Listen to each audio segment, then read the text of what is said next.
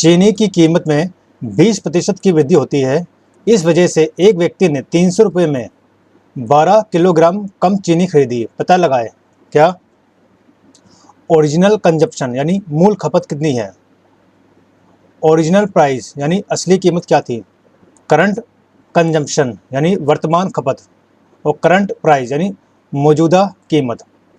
इसके लिए हमें पता होना चाहिए क्या, जो हमारा प्राइस होता है उसको जब हम किससे, क्वांटिटी या कंजम्पशन, किससे, कंजम्पशन से मल्टीप्लाई करते हैं तो क्या था हमारा एक्सपेंडिचर।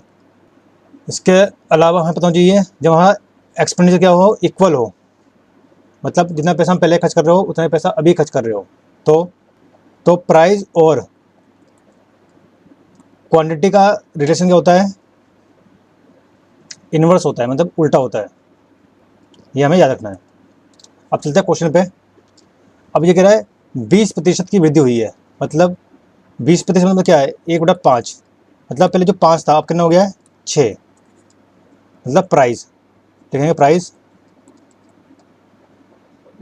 एक ओल्ड है फिर क्या है न्यू। ओल्ड मतलब क्या करना था 5 था, अब कितना हो गया 6, ये प्राइस है। जबकि कंजप्शन या जो हमारी कंजम्पशन होगी क्या होगी, इसकी रिवर्स होगी, मतलब पहले 6 अब ये 5।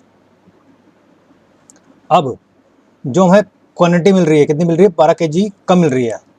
ये हमारे कंजम्पशन या क्वांटिटी बात एक ही है। अगर 6 में से 5 जाएंगे तो कितने बचेंगे, 1, और इस 1 की वैल्यू कितनी है 12।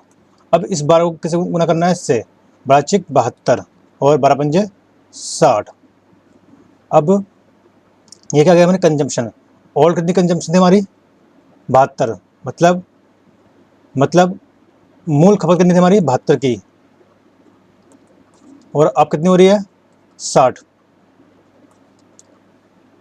अब इस 72 को किससे भाग करना है, 300 से।